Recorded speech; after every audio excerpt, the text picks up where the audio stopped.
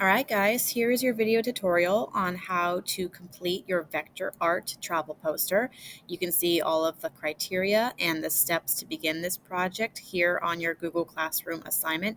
Make sure you're taking a look at the criteria so you know what you need to include. You are creating your vector graphics using the pen tool. We've done several assignments leading up to this to show you how to use the pen tool to turn a photo into a graphic, and we're going to be doing the same thing here.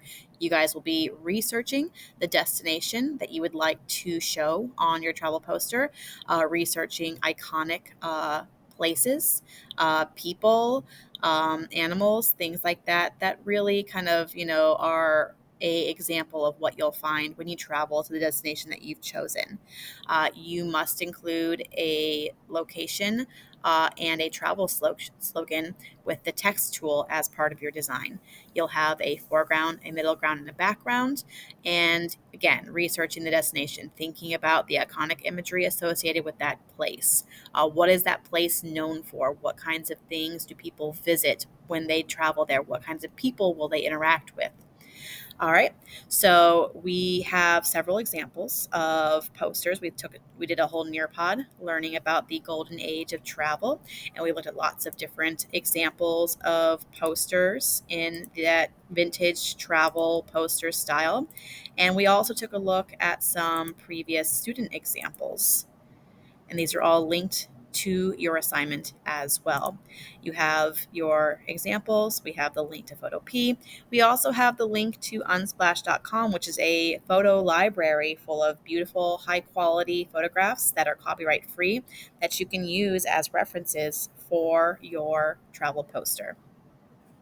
I have one of my student examples pulled up so I can show you how we break this down, how we use the reference photos, and how we use the pen tool to trace all of the different graphics that you'll be using. So you can see right here, I've got a couple of different folders, and I'll show you a little bit more about how to create folders later in this video. If you open the reference picture folder, you're going to see all of these reference pictures that this student used. So I'm going to turn the text off. I'm going to turn these graphics off. And here's all the photographs that this student used to create her travel poster.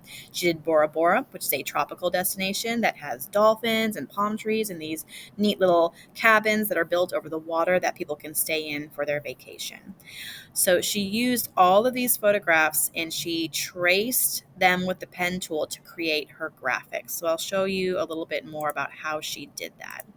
Here's all the graphics that she did. I'm going to turn them all off, and I can show you how she used those reference pictures to create her designs.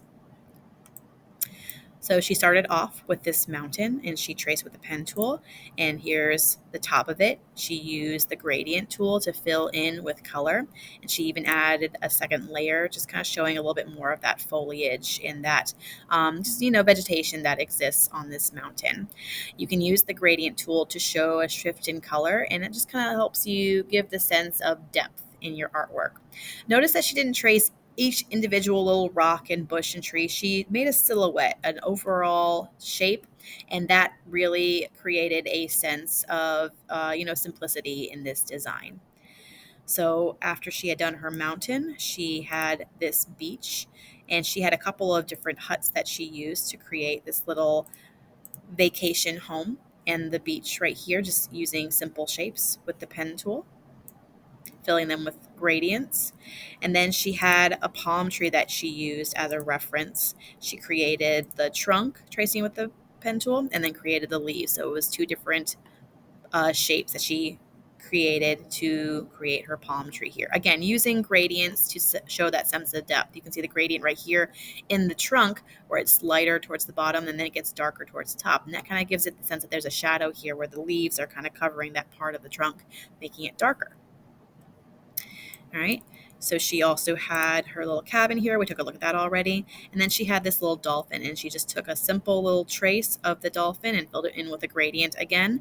So you guys can really decide how detailed you want to make your graphics. You can make them a little bit more simple like this. It really is the style of these posters. That's kind of why we're doing this for this project, because you can simplify. You don't have to have all the details.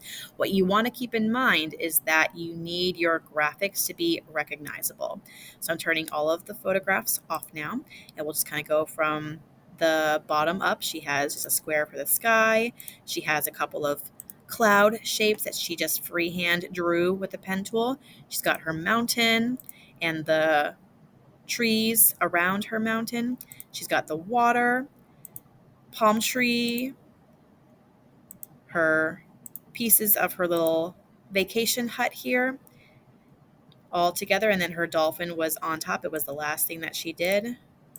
And then she added her text using the type tool over here. You can use all different kinds of type styles to create your headline, the title of your location, and your subtitle or your travel slogan. So you can see here that her title, her location is Bora Bora. It's larger, so it kind of gets your attention. And then in smaller text, she added her travel slogan, just a short sentence or phrase that tells you a little bit about the location or why you'd like to travel there. So that is how she used the pen tool in all of those reference photos to create her graphics. You'll notice that they're all, again, organized in these nice folders. So we have the text all in one folder, we have the graphics all in one folder, and we have the reference photos all in one folder. And this allows the person who is working to easily locate all of the different parts of the design. You can also turn them on and off easily by just clicking on these little eyeballs. So I can turn the graphic and text folders off and turn the reference photos back on. And I can see all of the photos that are in that folder.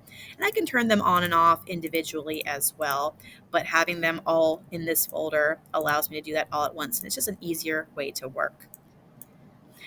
So there is a file that I've shared with you on how to group your layers in Photoshop, how to put all your layers in those individual folders. There's a 7-minute video right here that shows you how to do that if you are looking for how to create folders and organize your layers. So that is everything that you need to know for your Vector Art Travel Poster. Again, make sure you're checking your rubric on how I'll be grading you. I'll be grading you based on your creativity, your craftsmanship, your iconic imagery, and your effort. And those are all worth 25 points each for a total of 100 points. So make sure that you are reading each one of these criterias to make sure you have included everything in that so you get the grade that you deserve for the work you've done for this project. And as always, let me know if you have any questions.